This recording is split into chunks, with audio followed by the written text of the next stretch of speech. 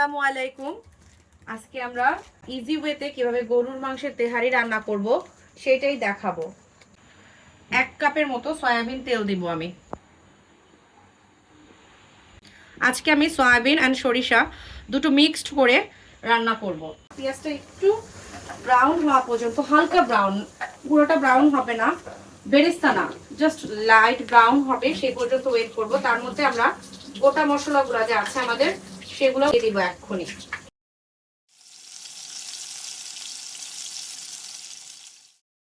কিছু সাদা এলাচ, একটু জায়ত্রী, কয়েকটা গোলমরিচ, একটু শাহজিরা, তেজপাতা আর দারচিনি, এই মশলাগুলো আমি দিয়ে ভাজবো, গোটা মশলা।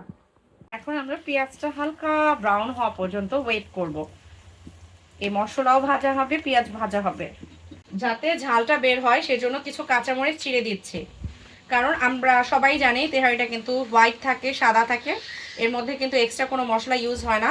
দ্যাটস ওয়াই আমি কিছু কাঁচামরিচ চিড়ে দিয়ে দিচ্ছি যাতে এটার ঝালটা বের হয় সম্পূর্ণ।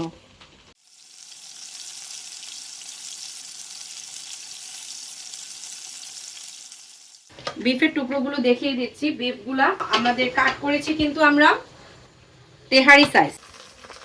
পেঁয়াজটা এই যে ব্রাউন ব্রাউন হয়ে গেছে। এখন আমরা পেঁয়াজের মধ্যে, তেলের মধ্যে চুলোটা একটু কমিয়ে দিব, মাংসগুলো ছেড়ে দেব, দিয়ে নাড়াচাড়া করবো, ভেজে নেব।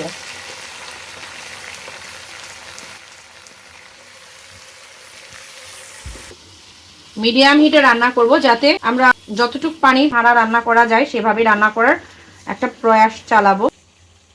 মাংসটা একটু সুন্দর কালার না চলে আসে ততক্ষণ পর্যন্ত আমরা মাংসটাকে ভাজবো। আমি এখানে একটা এলাচি পাতা দিয়ে দিয়েছি। এখন আমি এই পর্যায়ে এসে একটু ঢাকনা দিয়ে ঢেকে দেব মাংসটাকে।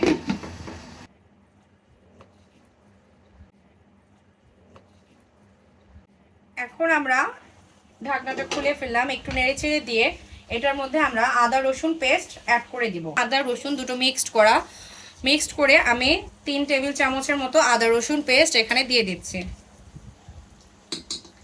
আদা রসুন পেস্টটা একটু মিলিয়ে দিয়ে তারপরে অন্য যে বাকি মশলাগুলো এখন আমি দিব সেগুলো দিয়ে দেব। এই আদা রসুনটা পুরোটা পানি শুকিয়ে ভাজা ভাজা করে নেব, না হলে আদা রসুনের একটা স্মেল কিন্তু রয়ে যাবে। আমি এখানে সব ধরনের বাদাম বেটে রেখেছি, এখান থেকে 1.5 টেবিল চামচের মতো বাদাম বাটা দিচ্ছি। এখানে কাজু বাদাম, চীনা বাদাম, পেস্তা বাদাম, সব রকমের বাদাম এখানে পেস্ট করা আছে। আপনাদের যাদের ঘরে অত বাদাম না থাকবে শুধু চীনা বাদাম দিলেও হয়ে যাবে।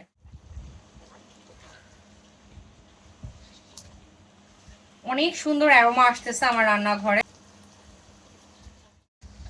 আমরা জানি 1 কেজিতে নর্মালি 1 টেবিল চামচের মতো লবণ ইউজ করতে হয়, সেই হিসেবে আমি দিয়ে দিচ্ছি। আর আপনারা যদি কেউ লবণ একটু বেশি খান তাহলে আপনারা বেশি ইউজ করবেন, সেটা যার যার ইচ্ছে মতো। পানি শুকিয়ে যাওয়া পর্যন্ত মাংসটাকে কষাবো। এখন অল্প ভিনেগার অ্যাড করে দিব যাতে মাংসটা খুব দ্রুত হয়ে যায়, গলে যায় এবং একটা অন্যরকম ফ্লেভারও আসে। 1 টেবিল চামচের মতো সয়া সস অ্যাড করলাম। 1 টেবিল চামচের মতো চিনি আমি আজকে ইউজ করব, সেখানে হাফ এখন ইউজ করছি আর হাফটা ইউজ করব চালের মধ্যে। আমরা এখানে সামান্য হাফ টি স্পুনের মতো গরম মশলা দিচ্ছি, হাফ টি স্পুনের মতো জিরা এবং ধনিয়া গুঁড়া দিচ্ছি হাফ টি স্পুনের মতো। এখন এটা ভাজা ভাজা করব। এখন আমরা এটা হিটটাকে মিডিয়াম টু লো, মানে লো না আবার হাইও না, ওইভাবে করে একটু ঢেকে রেখে দেব যাতে মাংসটা সিদ্ধ হয়। মাংসটা সিদ্ধ হওয়ার জন্য এবং পানিটা শুকিয়ে যাওয়ার জন্য। 3 কাপ চাল নিয়েছি আমরা, 1.5 কেজি মাংসর জন্য 3 কাপ চাল নিয়েছি। মাংসটা নাড়াচাড়ার উপরে রাখতে হবে, আদারওয়াইজ কিন্তু মাংসটা লেগে যাবে। আর মাংসটাকে যদি লেগে যায় তেহারির কালার কিন্তু চেঞ্জ হয়ে যাবে, এই যে সাদা সাদা কালারটা কিন্তু থাকবে না। 2 মিনিট পর পরই এখন থেকে আমাদেরকে নাড়ার মধ্যে রাখতে হবে। আর এখন আমি আর ঢাকনা দিব না, এখন আমি ঢাকনাটা ওপেন করেই রান্না করব। হাফ চা চামচের মতো কেওড়া জল অ্যাড করছি, আর বাকিটা যখন হয়ে যাবে বিরিয়ানি তখন দেব। এখন পানি অ্যাড করে দিচ্ছি। আমি একটু বেশি পানি অ্যাড করছি। আমি এখানে প্রায় 2 কাপের মতো পানি দিয়েছি যাতে আমার মাংসটা সুন্দর নরম হয়। আপনারা চাইলে কম বেশি করতে পারবেন, এটা আপনাদের মাংসের উপর ডিপেন্ড করবে আপনারা কতটুকু পানি দিবেন।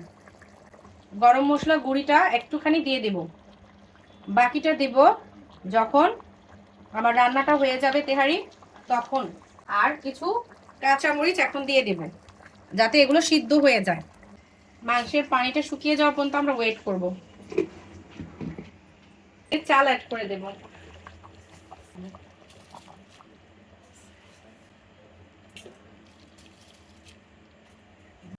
এই যে এখন আমরা সুন্দর করে চালটাকে পানির সঙ্গে মিক্সড করে রেখে দিচ্ছি। এখন আমরা মানে পানিটা বয়েল আসবে, ভালো করে বয়েল আসার পর 2 মিনিট পর্যন্ত চুলাটা বাড়িয়ে রাখবো। যখন চালটা গা মাখা হয়ে যাবে পানিটা, তখন আমরা কমিয়ে দমে দিয়ে দিব। এখন চুলাটা মিডিয়াম হিটে আছে। দেখতে পাচ্ছেন আমাদের রাইসটা মাখা মাখা হয়ে গেছে, 10% বাকি আছে। এই পর্যায়ে আমরা জিনিসগুলো দিয়ে সবকিছু দিয়ে আমরা জাস্ট দমে বসিয়ে দেব। এটা দিচ্ছি চিনিটা। আমরা যারা খাই তারা তো জানি পুরান ঢাকার তেহারিটা কিন্তু একটু মিষ্টি মিষ্টি হয়।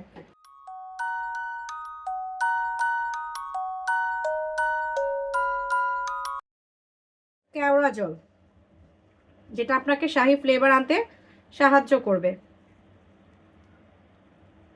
এখন এটা আমরা ঢেকে 15 মিনিটের জন্য রেখে দিব। আমাদের তেহারি হয়ে গিয়েছে, দেখতে পাচ্ছেন অনেক সুন্দর একটা স্মেল বের হচ্ছে। মাংসটাও দেখেন একদম সাদা সাদা সুন্দর। দোকানে কিন্তু এরকম সাদা সাদা সুন্দর থাকে তেহারির কালারটা। তেহারির মাংস কিন্তু কখনোই কালো হয় না, আর পোলাও কিন্তু কখনো লাল হয় না। এই যে দেখবেন এই যে ঠিক এই রকম থাকে। আমাদের আজকে তেহারিটা কিন্তু ঠিক সেই রকম হয়েছে, অনেক সুন্দর হয়েছে।